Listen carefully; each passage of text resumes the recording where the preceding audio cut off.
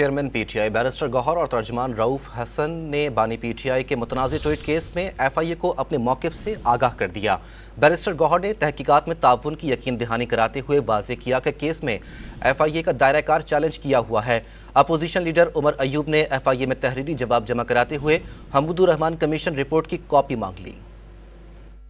بانی پی ٹی آئی کے متنازع ٹویٹ کیس میں اہم پیش رفت، chairman P T I barrister Gohar Khan اور ترجمان رؤف حسن ایف آئی اے میں پیش ہو گئے۔ دونوں رہنماؤں نے وفاقی تحقیقاتی ادارے کے حکام کو اپنے موقف سے آگاہ کر دیا۔ بیرسٹر گوہر نے میڈیا سے گفتگو میں تحقیقات میں تعاون کی یقین دہانی کراتے ہوئے واضح کیا کہ کیس میں ایف آئی اے کا دائرہ کار چیلنج کیا ہوا ہے۔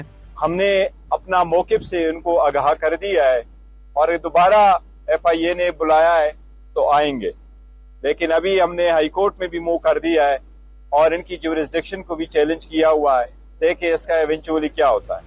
اپوزیشن لیڈر عمر ایوب نے بھی ایف آئی اے کا طلبی نوٹس عدالت میں چیلنج کرنے اور پارلیمان میں اٹھانے کا اعلان کر دیا۔ عمر ایوب نے ایف آئی اے میں تحریری جواب جمع کراتے ہوئے حمود الرحمان کمیشن رپورٹ کی کاپی مانگ لی۔ تحریری جواب میں یہ بھی کہا گیا کہ نوٹس میں مبہم، مشکوک اور غیر قانونی سوالات پوچھے گئے۔ ایف آئی اے کا نوٹس سقوط ڈھاکہ سے جڑے واقعات سے متعلق ہے، جس پر حکومت پاکستان نے کمیشن قائم کیا تھا اور اس کمیشن نے 1972 میں عبوری جبکہ 1974 میں مکمل رپورٹ ریاست کو جمع کروا دی تھی۔ رپورٹ کے مندرجات کبھی بھی مسترد نہیں کیے گئے۔ یہ رپورٹ کابینہ ڈویژن میں موجود ہے۔